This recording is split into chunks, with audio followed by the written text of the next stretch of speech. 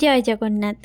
আজকে উল্টো রথের দিনে যদি জগন্নাথকে এরকম মালপোয়া ভেজে যদি দেয়া যায় তাহলে তো অতি উত্তম কথা।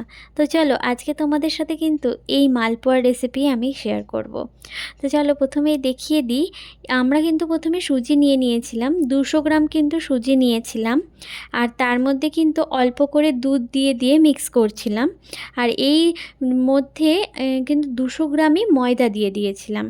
তারপর কিন্তু এর মধ্যে গোটা মৌরি একটুখানি গরমে মানে খোলা আছে একটুখানি ভেজে নিয়ে তারপর কিন্তু শিলেতে ভালো করে মিহি করে একটা পাউডার মতো বানিয়ে নেওয়া হয়েছিল, দেখতেই পাচ্ছ তোমরা। ওটাকে কিন্তু তারপর এর মধ্যে দেওয়া হয়েছিল।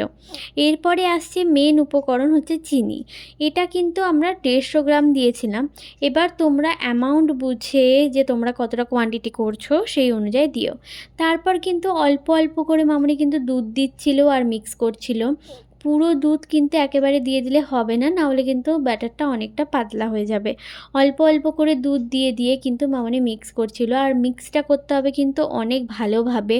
আর এই মিক্সটা করার পর কিন্তু 1 ঘন্টা মতো কিন্তু চাপা দিয়ে রেখে দিতে হবে।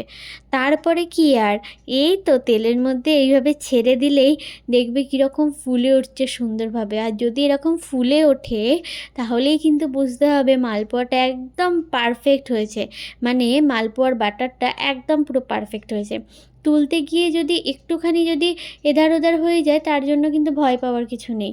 ওটা কিন্তু ভাজার সময় কিন্তু দুদিকটায় লাল একদম পারফেক্ট হয়ে যাবে। দেখতেই পাচ্ছ আমাদের কিন্তু প্রত্যেকটা মালপোয়া কিন্তু এই রকম সুন্দরভাবে ফুলে উঠেছিল। আর চিনির পরিমাণটা তোমরা নিজেরা যতটা খাও বুঝে দিও। সবাইকে জানাই আমার তরফ থেকে শুভেচ্ছা।